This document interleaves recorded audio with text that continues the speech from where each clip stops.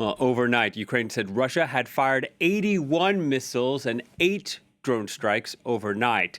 The attacks across the country, at least 4 were killed in the western region of Lviv, some 15 strikes in Kharkiv city and its surrounding region. At least 2 were injured in the capital. Kyiv's mayor said that about 40% of the city is without heating after an energy facility there was hit. As in previous Russian barrages, numerous infrastructure like power plants were struck. Let's speak to Emmanuel Shaz standing by in Kyiv. Hello to you, Emmanuel. A very difficult night for Ukraine. Exactly.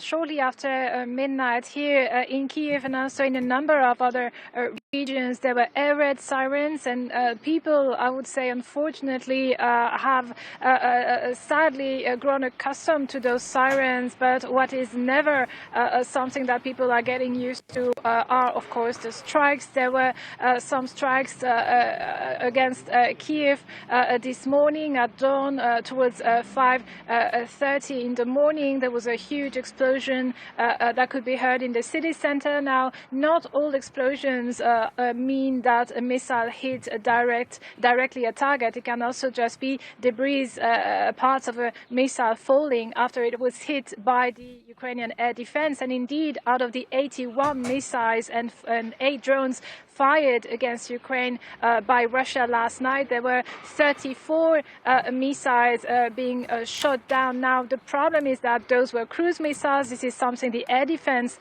can handle, but what it can't handle are, for example, the Kinzhal missiles, the K-22 missiles, the C-300 missiles, and those are the missiles that are the deadliest. There's a number of people who died already.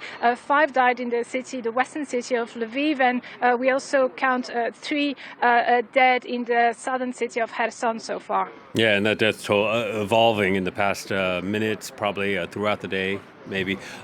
Emmanuel, a lot of key infrastructure hit. We've seen this before with the Russian barrages, but also a number of civilian casualties overnight.